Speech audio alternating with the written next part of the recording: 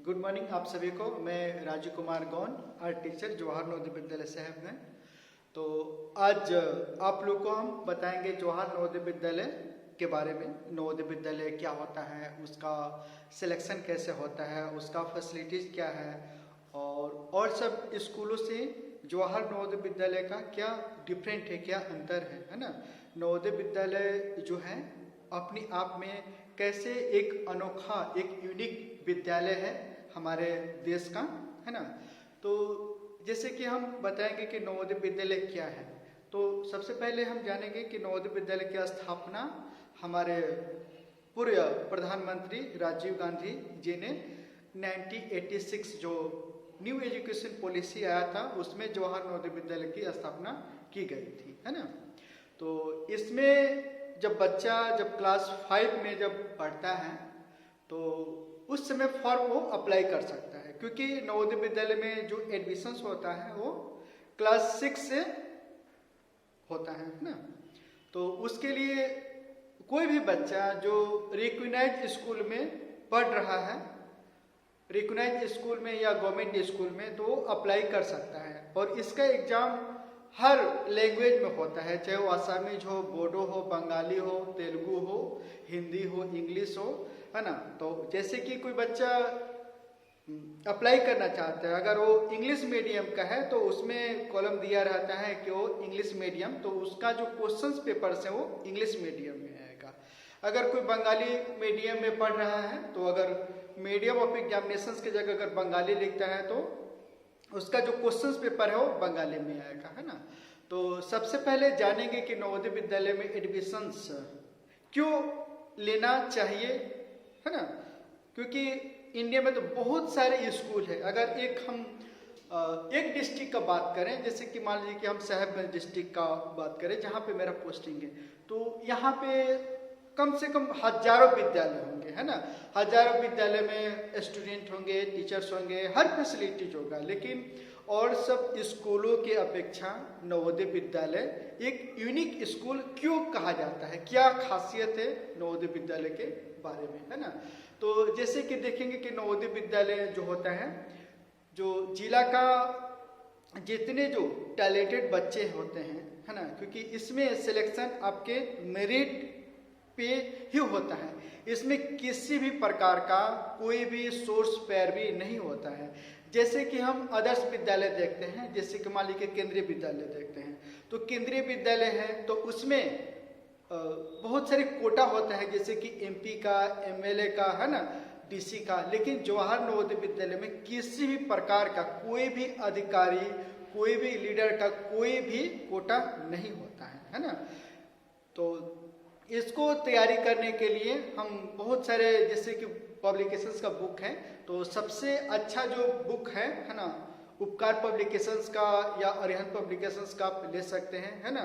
और इसका जो एग्जामिनेशंस का पैटर्न है, जैसे कि 50 मार्क्स का रीजनिंग आएगा और 50 मार्क्स में 25 मार्क्स का जो है वो लैंग्वेज से रिलेटेड क्वेश्चंस होगा और मैथमेटिक्स से रिलेटेड क्वेश्चंस होगा, है ना। तो इसके बारे में हम कुछ विशेषता बतलाएंगे कि जैसे कि क्लास 6 में जब बच्चा आता है नवोदय विद्यालय में, तो उसका क्या टाइम टेबल्स होता है ना, और क्यों नवोदय विद्यालय आज हमारे देश में सबसे अच्छे विद्यालयों में गिना जाता है। यहाँ तक कि नवोदय विद्यालय की तुलना Doon public school, Delhi public school, Scindia public स्कूलों से किया जाता है, क्योंकि आज हमारे देश में जैसे कि हम मान लें कि पूरे भारत भर में 600 डिस्ट्रिक्ट है, तो वहाँ पे 200 डिस्ट्रिक्ट का डिस्ट्रिक्ट मजिस्ट्रेट जो है वो नवोदय विद्यालय के स्टूडेंट ही हैं, है ना। और कोई भी फील्ड में हम चले जाएं, चाहे मेडिकल के फील्ड में चले जाएं, साइंस एंड टेक्नोलॉजी के फील्ड में जाएं, वर्ल्ड की किसी भी यूनिवर्सिटी में, किसी भी देश दुनिया में हम चले जाएं, वहाँ पे नवोदय विद्यालय के बच्चे आपको निश्चित रूप से मिल जाएंगे। चाहे वो मेडिकल का फील्ड हो, चाहे साइंस एंड टेक्नोलॉजी का फील्ड हो, कोई भी फील्ड हो, वहाँ पे आपके नवोदय के स्टूडेंट मिल जाएंगे, है ना। तो जवाहर नवोदय विद्यालय के बारे में हम कुछ एजुकेशंस के बारे में बताना चाहते हैं, है ना। यहाँ पे हर सब्जेक्ट की पढ़ाई होती है। सब्जेक्ट के अलावा बच्चों में कैसे ऑल राउंड डेवलपमेंट किया जाए, ऑल राउंड जैसे कि कोई बच्चा गेम्स एंड स्पोर्ट्स में अच्छा है, कोई पेंटिंग में अच्छा है, कोई म्यूजिक में अच्छा है, कोई साइंस टेक्नोलॉजी में अच्छा है, तो उसको कैसे उस फील्ड में अच्छा परफॉर्मेंस कर सके, है ना। तो उसके लिए स्कूल के तरफ से बहुत सारी फैसिलिटी प्रोवाइड किया जाता है कि जैसे कोई बच्चा म्यूजिक्स में है तो म्यूजिक इंस्ट्रूमेंट दिया जाता है, कोई बच्चा पेंटिंग्स आर्ट में अच्छा है तो उसको कलर ब्रश एक्सेट्रा उसको प्रोवाइड किया जाता है। इसके अलावा यहाँ के जो टीचर्स होते हैं काफ़ी विद्वान टीचर्स होते हैं। आप जान करके हैरान हो जाइएगा क्योंकि यहाँ के जो बच्चे हैं ये पूरे 600 बच्चों को कैसे कंट्रोलिंग करते हैं। कोई अपना एक बच्चा भी कंट्रोल नहीं कर पाता, लेकिन नवोदय विद्यालय के जो टीचर्स होते हैं वो 500 बच्चों को बहुत ही सिस्टमेटिक ढंग से कंट्रोलिंग करते हैं। उनका एक एक एक्टिविटी पे नवोदय विद्यालय के जो टीचर्स हैं उनका ध्यान रहता है कि बच्चा खाना खाया कि नहीं खाया, मॉर्निंग पीटी गया कि नहीं गया, उसका जो एकेडमिक परफॉर्मेंस है उसका परफॉर्मेंस कैसा है ना। फिर उसके बाद से जैसे कि कुछ विद्यालय का टाइम टेबल हम बताते हैं कि जैसे कि बच्चों का मॉर्निंग पीटी से हम लेकर के बात करेंगे ना। जैसे कि बच्चा और सब स्कूल में जैसे कि सैनिक स्कूल है चाहे और भी बोर्डिंग स्कूल है जहाँ पे बच्चों का उठना होता है, लेकिन बहुत सारे एक्टिविटी जैसे कि यहाँ पे मॉर्निंग पीटी स्टार्ट होता है। मान लें कि 5:45 में मॉर्निंग पीटी होने के बाद से उनका फ्रेश होने के बाद से उनका ब्रेकफास्ट है वो 8:30 में ब्रेकफास्ट मिलता है। फिर उसके बाद से मॉर्निंग असेंबली होता है, उसके बाद से क्लासेस होता है और क्लासेस होने के बाद से 11:30 में उनका एक टी ब्रेक होता है। तो टी ब्रेक के बाद से फिर उनका क्लास स्टार्ट होता है। फिर उसके बाद से 1:30 में लंच होता है। लंच होने के बाद से फिर बच्चे अपने हाउस में जाएंगे, फिर थोड़ा सा रेस्ट करेंगे। रेस्ट करने के बाद से फिर उनका 3 से 4 रिमेडियल क्लासेस होता है। रिमेडियल क्लासेस में टीचर्स बैठे रहते हैं और वहाँ पे जो बच्चा कोई भी प्रॉब्लम से वो कंसर्न टीचर से डिस्कशंस करता है, पूछता है। फिर उसके बाद से 4 से 5 पे गेम्स एंड स्पोर्ट्स होता है। जो बच्चे अपने अपने डिपार्टमेंट जैसे कि कोई बच्चा फुटबॉल में इंटरेस्टेड है वो फुटबॉल ग्राउंड में जाता है, कोई बास्केटबॉल में इंटरेस्टेड है वो बास्केटबॉल में जाता है ना।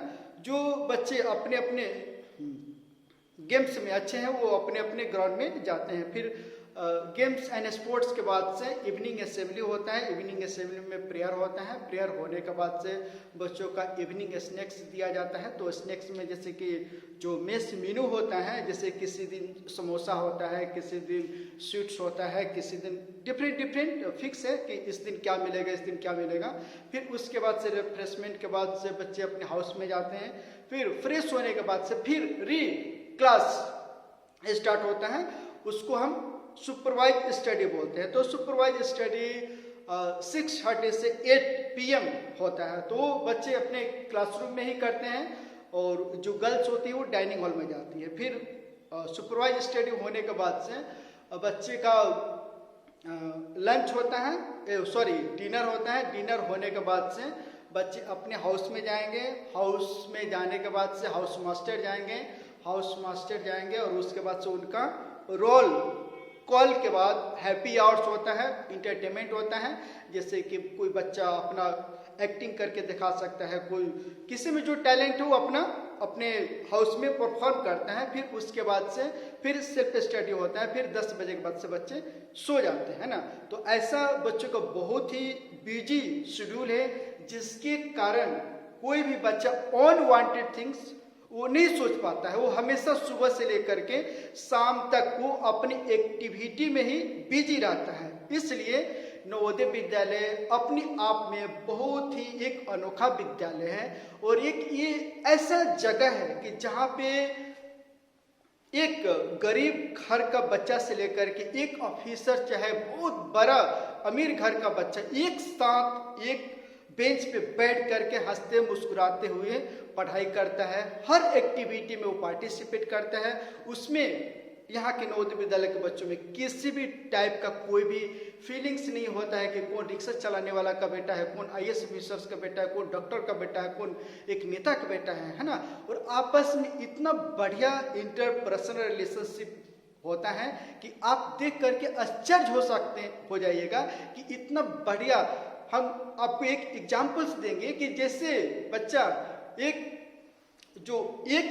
माँ का होता है, सब बच्चे है ना, तो वो आपस में कितना लड़ते झगड़ते रहते हैं, लेकिन हमारा जो विद्यालय है नवोदय विद्यालय, तो वहाँ के बच्चे जो एक सगा भाई बहन के बीच में जितना आपस में अट्रैक्शंस नहीं होता है, एक लगाव नहीं होता है, उतना ज़्यादा लगाव यहाँ के नवोदय विद्यालय के बच्चों के प्रति होता है ना।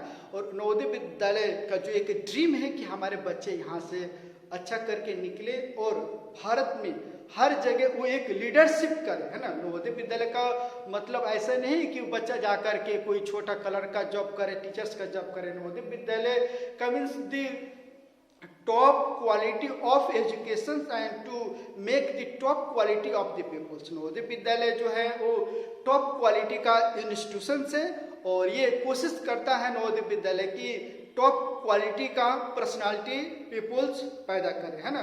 तो इसलिए नवोदय विद्यालय में आप अपने बच्चों को जरूर डालने का कोशिश करें। नवोदय विद्यालय एक बेहतर भविष्य देता है ना। धन्यवाद, थैंक यू।